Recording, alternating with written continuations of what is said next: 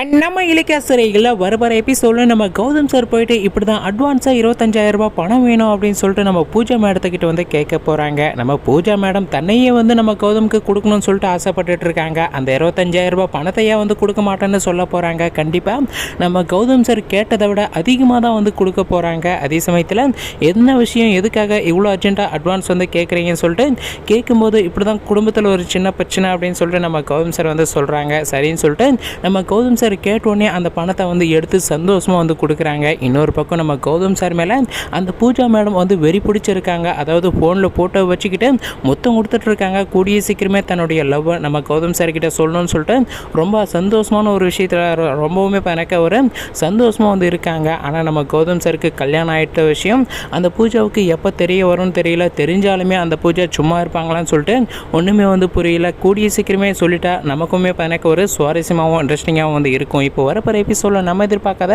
நிறைய திருப்பங்கள் காத்திருக்கு. அதை ஸ்கிப் பண்ணாமல் பாருங்கள். அதே சமயத்தில் நம்ம சேனலை இது வரைக்கும் சப்ஸ்கிரைப் பண்ணாமல் பார்த்துருந்தா மறக்காமல் சப்ஸ்கிரைப் பண்ணி வச்சுக்கோங்க. இப்போது எபிசோடு எப்படி ஆரம்பிக்க போகுது அப்படின்னு மாதிரி பார்த்தாக்க ஒரு பக்கம் அந்த எஸ்எஸ்கேவும் உண்மையை கண்டுபிடிக்கிற லெவலுக்கு கிட்டத்தட்ட வந்து போயிட்டாங்க. அந்த ஆசிரமத்தோடைய மேனேஜர் வந்து உண்மையை சொல்லாமல் இருக்கலாம். ஆனால் அங்கே வேலை செய்கிற அசிஸ்டன்ட் பார்த்தீங்கன்னாக்கா நமக்கு எஸ்எஸ்கேவுக்கு பார்த்தீங்கன்னாக்கா உண்மையை சொல்கிறோம் அப்படின்னு சொல்லிட்டு 1,00,000 ரூபா பணத்துக்கு வந்து வேலை வந்து பேசிட்டாங்க. அதனால் வரப்போகிற எபிசோடில் இந்த எஸ்எஸ்கேவுக்கு கௌதம் தான் தன்னுடைய பையன் அப்படின்னு தெரிய வர்றதுக்கான வாய்ப்பு நிறையவே இருக்குது. ஏன்னா அந்த லிஸ்ட்டில் பார்த்தீங்கன்னாக்கா உள்ள அந்த பேப்பரில் கௌதமை வந்து ஜானிகம்மா கிட்ட பார்த்தீங்கன்னாக்கா கற்றுக் கொடுத்த விஷயம் எல்லாமே பார்த்தீங்கன்னாக்கா எழுதியிருக்கு இல்லையா. அதை பார்த்தா இந்த எஸ்எஸ்கே கண்டிப்பாக பார்த்தீங்கன்னாக்கா ஷாக் ஆக போகிறாங்க. அப்படின்னா இந்த கௌதம் தான் தன்னுடைய மகனான்னு சொல்லிட்டு பயங்கரமாக வந்து ஷாக் ஆகுவாங்க. அதுக்கப்புறமா என்ன நடக்க போகுது அப்படின்னு நம்மளே பார்த்தீங்கன்னாக்கா ரொம்ப ஆர்வமாக வந்து இருக்கும். இந்த எஸ்எஸ்கே நம்ம கௌதம் சாரை என்ன பண்ணுவாங்க, இந்த நம்ம கௌதம் சார் தான் தன்னுடைய மகனை தெரிய வந்தால் இந்த எஸ்எஸ்கேவுடைய ரியாக்ஷன் எப்படி இருக்கும்னு சொல்லிட்டு நம்ம பார்க்க ரொம்பவே எனக்கு ஆர்வமாக வந்து இருக்கும். இப்போது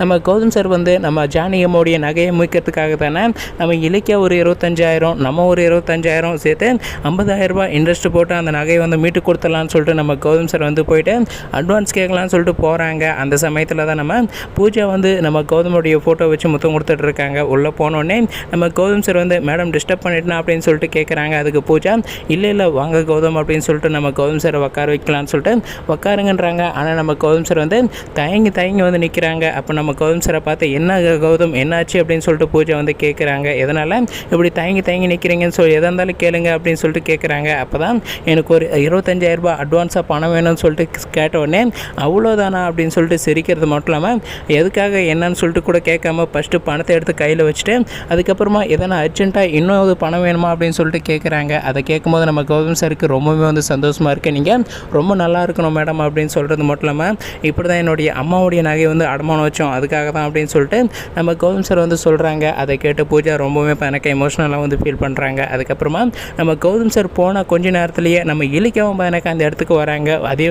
அதே மாதிரி எனக்கு ஒரு 25,000 ரூபாய் பணம் வேணும், இப்படி தான் என்னுடைய அத்தையோடைய நகையை அடமானம் வச்சுருக்கேன்னு சொல்லிட்டு சொல்லும்போது 2 பேர் சொல்கிறதும் சிங்க் ஆகிற மாதிரி இந்த பூஜா எனக்கு யோசிக்கிறாங்க. இப்படி தான் முன்ன ஒருத்தர் வந்து ஸ்டோர் கீப்பர் வந்து சொல்லி வாங்கிட்டு போனாங்க அப்படின்னு